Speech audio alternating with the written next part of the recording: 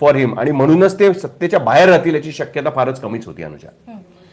एक प्रेक्षक आहेत आपले की डॉक्टर स्पॉक म्हणून त्यांचं असं म्हणणं आहे की इथून पुढे आता 2 उपमुख्यमंत्री असण्याचा बेंचमार्क हा सेट झाला आहे का? महाविकास आघाडीच्या वेळेला सुद्धा 3 पक्षांचं सरकार होतं, पण त्यांनी 2 उपमुख्यमंत्री ठेवण्यापेक्षा एकाकडे विधानसभेचं अध्यक्षपद दिलं आणि एकाकडे महसूल खातं सुद्धा ठेवलं आणि दुसऱ्याकडे उपमुख्यमंत्री पद जे आहे ते तशी विभागणी करण्यात आलेली होती. पण इथे मात्र तसं नाहीये, कारण की विधानसभेचं अध्यक्षपद सुद्धा भाजपच आपल्याकडे राखणार असल्याने ते इतर 2 पक्षांकडे जाणार नाहीये, तर त्याची ऍडजस्टमेंट ही उपमुख्यमंत्री पदाच्या स्वरूपात होताना पाहायला मिळते. पण तरी सुद्धा ज्या पद्धतीने आपले प्रतिनिधी ऋत्विक भालेकर आपल्याला माहिती देत आहेत, अर्थात माहितीच्या आधारावर आहे ते म्हणजे की शिंदे अजून सुद्धा अगदी शेवटच्या क्षणापर्यंत आशावादी आहेत की त्यांना गृह खातं हवं आहे, जे भाजप काहीही केल्या सोडायला तयार नाही. याबद्दल आपण जाणून आहोतच, पण तरी सुद्धा देवेंद्र फडणवीस यांच्याकडनं असं सांगण्यात आल्याचं समजतंय की ते भाजप हायकमांडशी बोलतील. पण हे कितीही झालं तरी आता ही गोष्ट आपण पकडूनच चालायची का की गृह खातं हे काही भाजप सोडणार नाही. अशा परिस्थितीमध्ये एकनाथ शिंदे यांना नगरविकास खातं आणि त्या पलीकडे जाऊन सुद्धा आणखीन कुठलं खातं देण्याचा विचार केला जाऊ शकतो का? तसं असल्यास ते कुठलं असू शकतं? कारण की आता भाजपचे सुद्धा पहिल्यापेक्षा जास्त स्ट्रेंथने मंत्री जे असतील ते सरकारमध्ये असतील, राष्ट्रवादीचे सुद्धा अर्थातच असणार आहेत. अशा परिस्थितीमध्ये अजून असं कुठलं महत्वाचं खातं असू शकतं की जे शिंदेंना कदाचित दिलं जाऊ शकतं? हे बघ, शिंदेंसाठीचा प्रयत्न त्यांच्या दृष्टीने होम डिपार्टमेंट अत्यंत महत्वाचं आहे आणि याचं सगळ्यात महत्वाचं कारण हेच आहे की त्यांना असं वाटतं की जर होम डिपार्टमेंट त्यांना मिळालं तर राज्यातल्या एका मोठ्या यंत्रणेवरती सत्तेमध्ये त्यांचा अंकुश राहू शकतो. आणि ह्याच्याबद्दल मागे आपण एकदा चर्चा करत असताना मी म्हटलं होतं की नॉर्मली महाराष्ट्रामध्ये हा नॉर्म राहिलेला आहे की जो उपमुख्यमंत्री आहे त्याच्याकडे कुठलं ना कुठलं महत्वाचं खातं की जे उपमुख्यमंत्री पदाला साजेसं आहे अशा पद्धतीचं खातं नेहमी राहिलेलं आहे. त्यामुळे गोपीनाथ मुंडे उपमुख्यमंत्री असताना त्यांच्याकडे होम डिपार्टमेंट होतं, छगन भुजबळ उपमुख्यमंत्री असताना त्यांच्याकडे होम डिपार्टमेंट होतं, त्याच्यानंतर आर पाटील उपमुख्यमंत्री असताना त्यांच्याकडे होम डिपार्टमेंट होतं, अजित पवार उपमुख्यमंत्री असताना त्यांच्याकडे अर्थ खातं होतं. सो त्याच्यामुळे अर्थ आणि होम ही मुख्यमंत्री पदानंतरची 2 महत्वाची खाती की जे राज्याचा गाडा हाकण्यामध्ये महत्वाची ठरतात. म्हणजे मी फायनान्शियली नाही म्हणत आहे, कारण अर्थमंत्र्याचं मूळ काम जे आहे ते बजेटच्या वेळेस आणि नंतर बजेट ॲलोकेशन करताना असतं, पण सरकारच्या योजना राबवण्याची कामं ही सरकारमधल्या वेगवेगळ्या खात्यांच्या मार्फत केली जातात. त्याच्यामध्ये महिला बालकल्याण आहे ज्याचा आपण अनेकदा उल्लेख ऐकतो लाडकी बहीण योजनेच्या संदर्भात, ऊर्जा खातं आहे की ज्याचा आपण सौर ऊर्जा आणि या सगळ्या गोष्टींसाठी वापर केला जाईल. अशी अनेक खाती आहेत बेसिकली.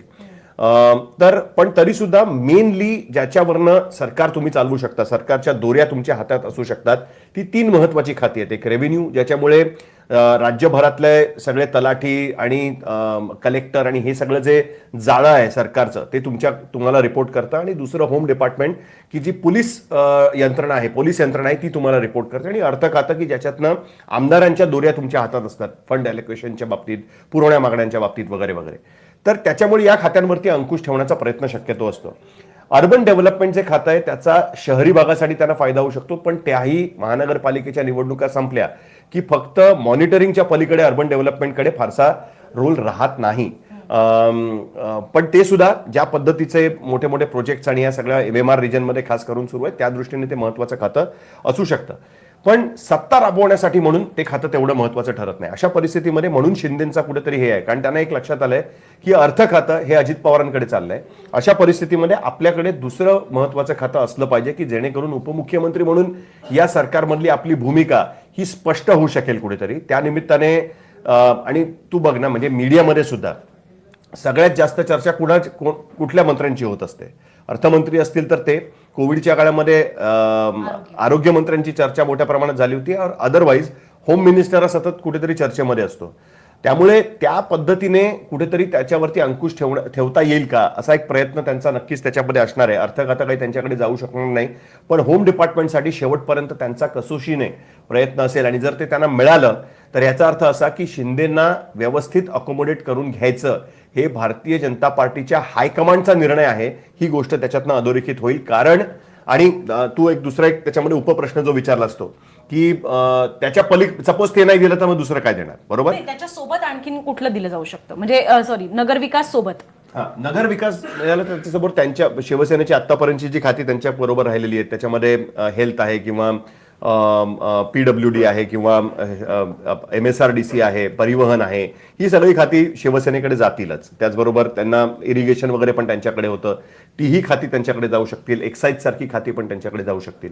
पण बाय अँड लार्ज जर आपण बघितलं तर जर त्यांना होम मिळू शकलं नाही तर कुठेतरी नंबर ऑफ मिनिस्टर्सच्या बाबतीमध्ये त्यांना ऍडजस्टमेंट्स कराव्या लागतील, किंवा जर होम दिलं तर शिवसेनेला नंबर ऑफ मिनिस्टर्सच्या बाबतीत अरेंजमेंट्स करायला लागतील. त्यामुळे हे बार्गेन नक्की कशासाठी आपण करतोय हे त्यांना ठरवायला लागेल. आणि दुसरं एक चॅलेंज जे मला कळलेलं आहे शिंदेसाठी ते हे पण असणार आहे की त्यांच्या पक्षामधले अनेक आमदार की ज्यांना गेल्या वेळेस संधी मिळाली नव्हती, आशिष जयस्वाल, प्रताप सरनाईक किंवा असे अनेक जण आहेत की ज्यांना गोगावले आणि हे सगळे आहेत, त्या सगळ्या लोकांना यावेळेस संधी हवी आहे. आणि कुठेतरी ते बघतायत की त्यांना किती सीट्स मिळतात, कारण गेल्या वेळेस सुद्धा त्यांना 10 सीट मिळालेल्या होत्या, यावेळेस 12 सीट मिळतील. त्यामुळे ऍडजस्टमेंट करण्यासाठी म्हणून त्यांच्याकडे खूप काही स्कोप नाहीये जसं बघायला गेलं तर. त्याचं कॉम्पन्सेट त्यांनी केलं मुख्यमंत्री असल्यामुळे, की सपोज मी सीट्स नाही देऊ शकत आहे, तुम्हाला मंत्रिपद नाही देऊ शकत आहे, तर तुमची कामं करून देईन, तुम्हाला मी काय बजेटच देईन किंवा इतर गोष्टी देईन वगैरे. ते आता करणं शक्य नाही. महामंडळ देईन किंवा असं महामंडळ तर आताही मिळतील, पण मनाप्रमाणे नाही मिळणार कदाचित, कारण शेवटी भाजपचा मुख्यमंत्री असणार आहे. तर हे जे ऍडजस्टमेंट्स आहेत ना, ती करणं त्यांच्यासाठी अत्यंत महत्त्वाचं ठरणार आहे. त्याच्यामुळे ते होम डिपार्टमेंटवरती जोर ठेवतात की आमदारांना अकोमोडेट करण्यावरती जोर ठेवतात हे आपल्याला बघितलं पाहिजे. आणि कुठेतरी आज जे ठरेल अनुजा, म्हणजे हे आपण काय प्रेडिक्शन म्हणूया की अजून काय म्हणूया, शिंदेचं पुढचं राजकारण कशा पद्धतीचं असेल ह्याचा अंदाज देणारा ही गोष्ट असेल. भाजप आणि शिंदेचं एकत्रित राजकारण कशा पद्धतीचं असेल, शिंदेचं स्वतःचं पुढचं राजकारण कुठल्या दिशेने असेल, याचाही अंदाज आपल्याला या खातेवाटपातनं येऊ शकणार आहे आमच्या. पण ज्या पद्धतीने एकनाथ शिंदे यांनी पत्रकार परिषदेमध्ये सांगितलं, एकनाथ शिंदे यांच्यापेक्षा देवेंद्र फडणवीस यांनी सांगितलं की आमच्या वतीने हा प्रयत्न सुरू आहे किंवा आमची अशी इच्छा आहे की एकनाथ शिंदे यांनी सुद्धा सरकारचा भाग असायला हवं, तशी विनंती ही आमच्याकडनं करण्यात आलेली आहे. हे सांगण्याची गरज का लागली, म्हणजे त्याच्यातनं नेमकं काय सांगण्याचा प्रयत्न झालेला आहे? कारण की एकनाथ शिंदे यांना अशा पद्धतीने मनवण्याचे प्रयत्न हे याआधी सुद्धा झाले. भले बाहेर आल्यानंतर नेत्यांची वक्तव्य ही वेगळी असतील, पण गिरीश महाजन हे स्वतः ठाण्याला जाऊन एकनाथ शिंदेंना भेटले. देवेंद्र फडणवीस हे सुद्धा काल परवामध्ये वर्ष